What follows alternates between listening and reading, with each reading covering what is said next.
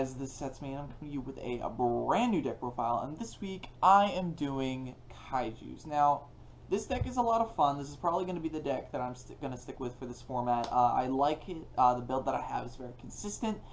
So let's get into it.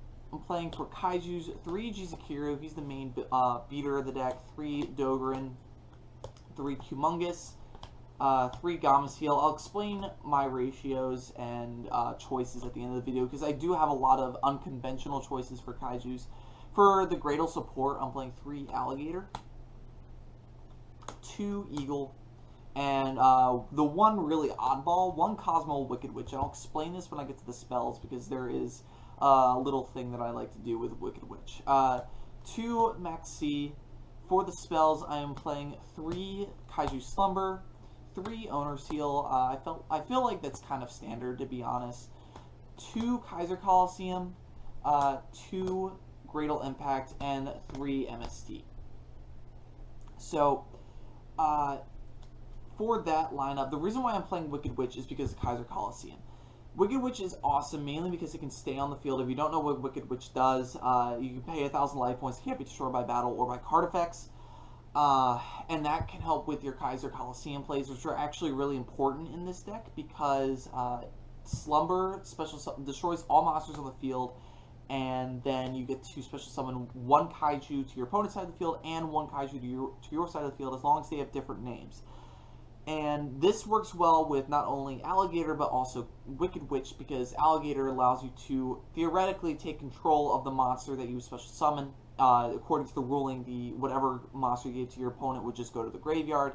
Or in another case, Wicked Witch would just stay on the field if you just decided, if it was already on the field before the turn started, that you activated the Kaiju Slumber. If you had the Wicked Witch at hand when you activated this, just wait to summon this after this, because then there's no point in paying 1,000 life points if you don't have to. For the traps, I'm playing 2 Remove Brainwashing. I'm main decking 2 Grand Horn of Heaven, because this deck kind of hurts against Pendulum decks. Obviously, it's a lot harder to get rid of Pendulum monsters, even when they're tributed, because then they just go to the extra deck. And then for the one-offs, I'm playing 1 Solemn Warning, 1 Bottomless, and 1 Skill Drain. The Skill Drain is really important because the only monster it really affects in your main deck is Wicked Witch, and that's really fine. I am not playing the field spell, obviously. I don't think it's necessary, and quite honestly, in testing, I've never had a problem with it. I play a ridiculous amount of Kaijus, which right there ups the consistency, and Kaiju Slumber also can search out stuff, so that's also important.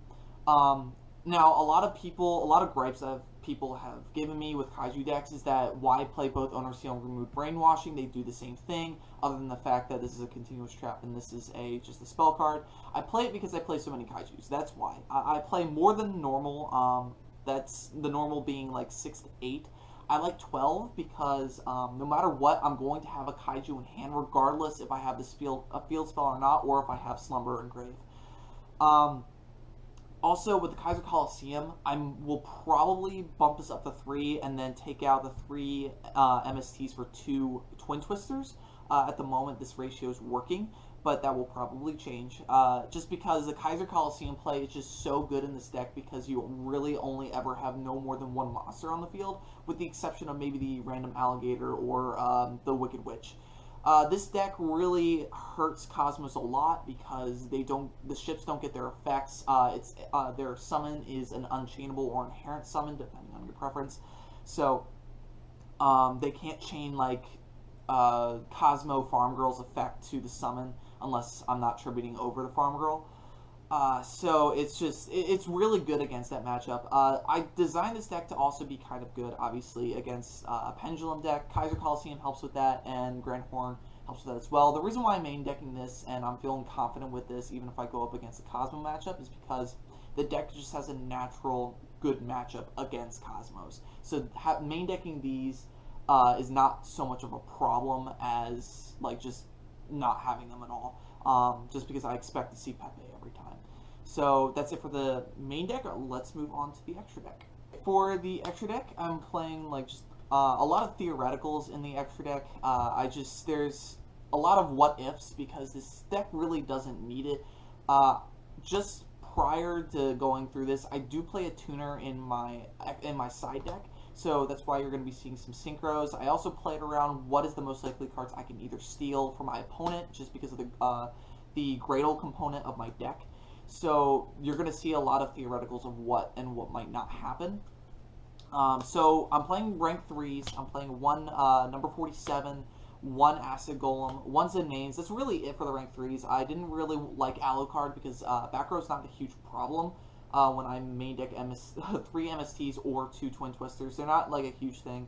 So I didn't really feel like I needed it. Number 30 is pretty awesome just because I do play Skill Drain, so that works well with that.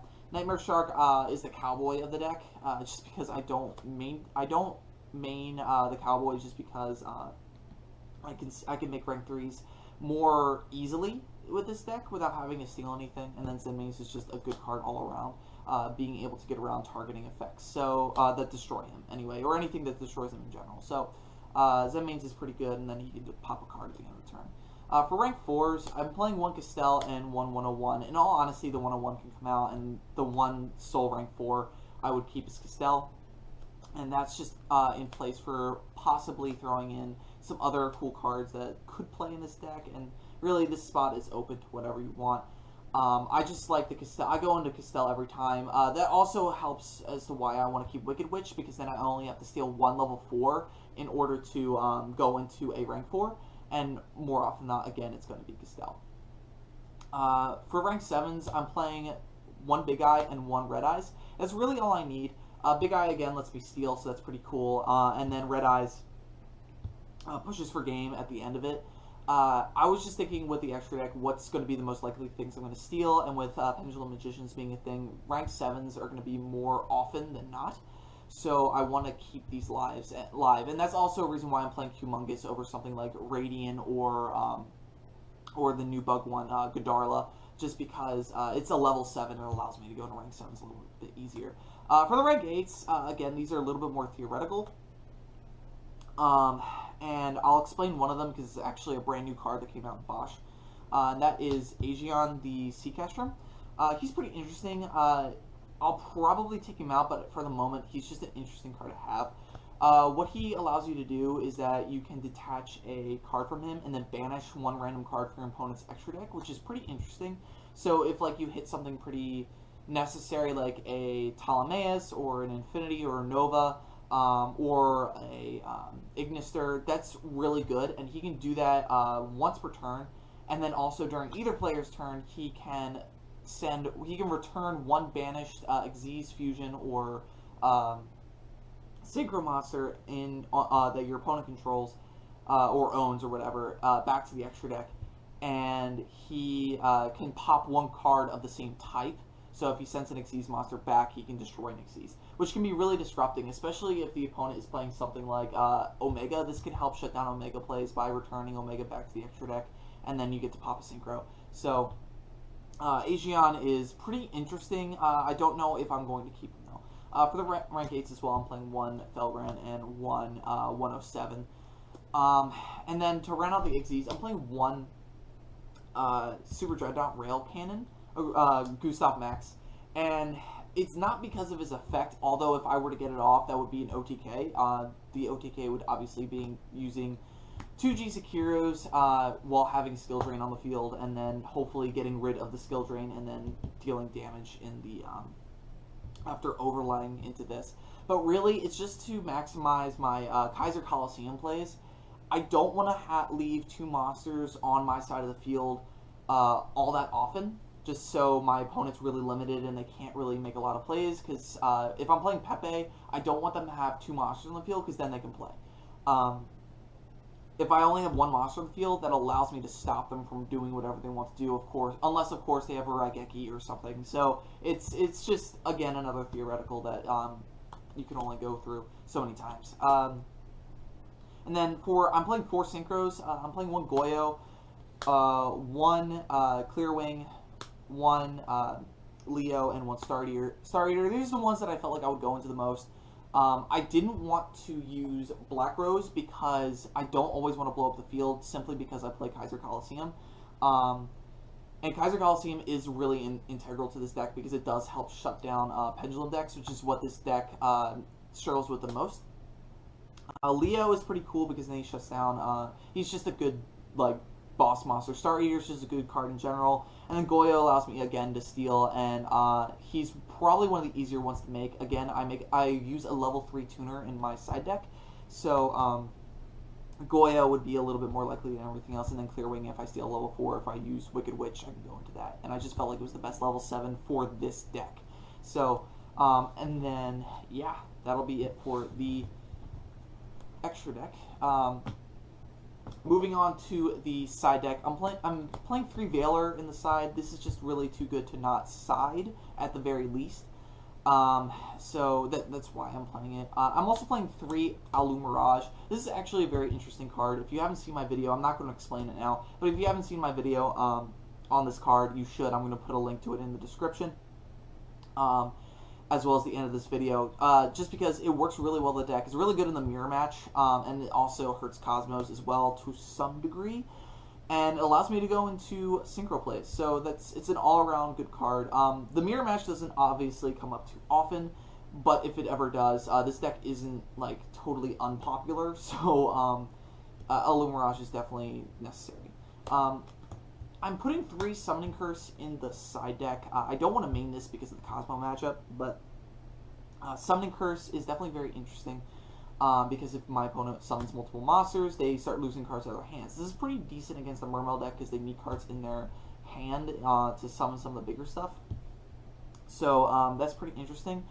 Also, it works well with Kaijus because it's not if the controller special summons a monster or the owner special summons a monster. If like I special summon Jizukiro, like as a theoretical, to my opponent's side of the field, and they would then have to banish a card from their hand because I don't control it, my opponent does. This is also really good against Synchron Fusionist, whatever that card is. It's starting to gain some notoriety. The only thing I think holding that deck back is the fact that it's so complicated. Just because its Summoning Curse just kind of kills the deck because they need cards in their hand constantly. But this will probably come out unless I have some other reason to keep it in. Next card is 3 Dark Trap Hole. This is just death for any Pendulum deck. If they want to summon more than 2 monsters, then by all means, please walk into this card.